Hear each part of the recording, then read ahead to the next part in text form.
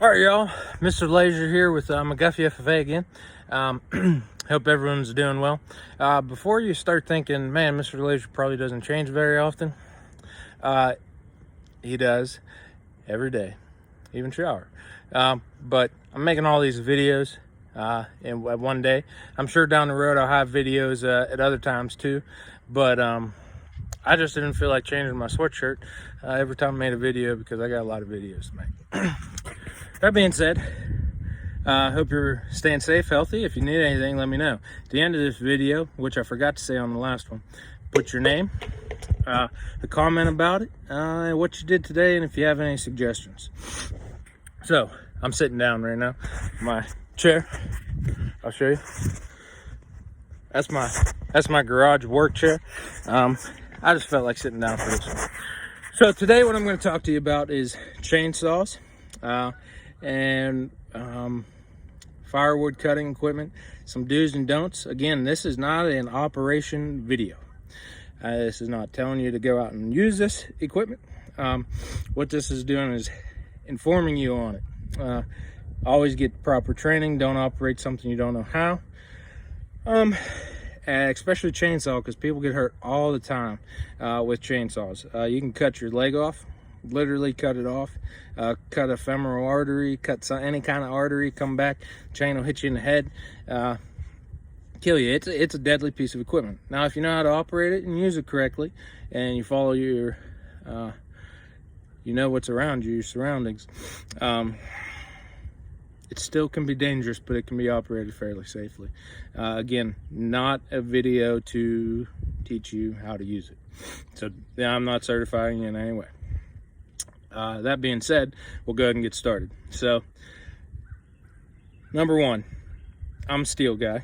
Not endorsing STIHL. I'm sure there's other good ones out there. I'm not here to endorse anything. But I am a STIHL guy. I've done trainings on it. You guys can obtain your STIHL level 2, bronze certification, and go and work at a Rural King or Yost or somewhere like that. And that's your entry level technician. That being said, let's get started. You have to excuse the mess around my house. It's kind of a disaster today, and there's mud everywhere. So, here is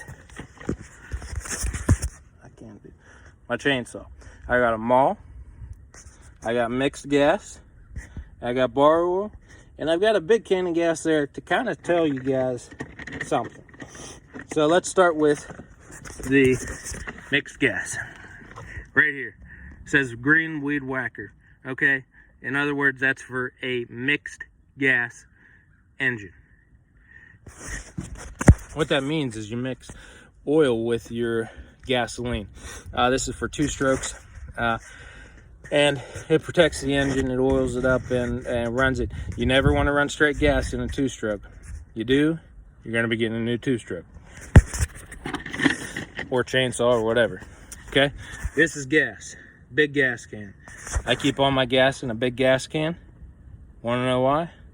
So I know for sure that I don't have any straight gas in any of my small cans. Okay? You get it mixed up, you ruin a chainsaw quicker than anything else.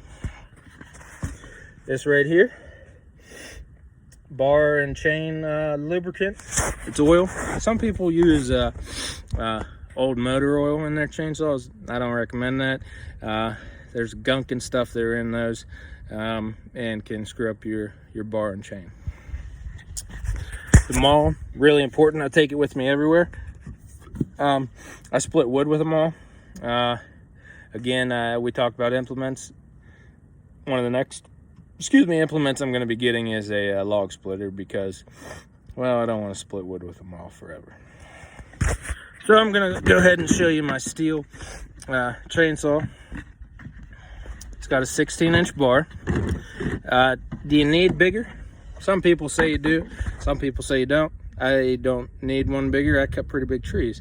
But it's on the operator and the horsepower and everything you want.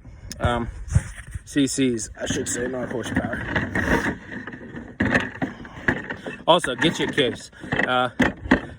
Biggest reason, it's orange.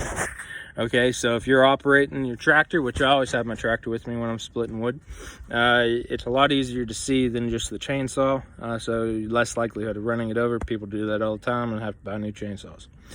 Okay, this chainsaw is a MS 250. Okay, it's a STIHL MS 250. I know that's backwards for those of you that are viewing this, but I picked this up at Yost's. Not an endorsement either, but he's a pretty good guy. He really works well with us. He's on our ag mechanics advisory board, so that's where I went shopping. I like to support local when I can. Okay, now back to the chainsaw. Right here is where you change and add oil. Okay, that's for your blade, your bar and chain. Okay, this is your bar, this is your chain. Don't ever over tighten your chain or it'll fall apart.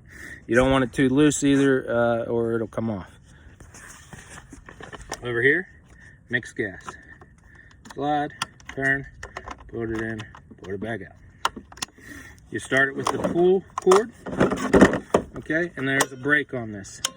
If for some reason you're starting a chainsaw, which again, shouldn't be operating one, okay, but for people that are watching this that aren't students, if you're starting a chainsaw and you can't get the blade to run but it's started, the engine's going to bog down, but it's because this is locked. Okay, that's a safety feature. You just pull it to you and now it's free.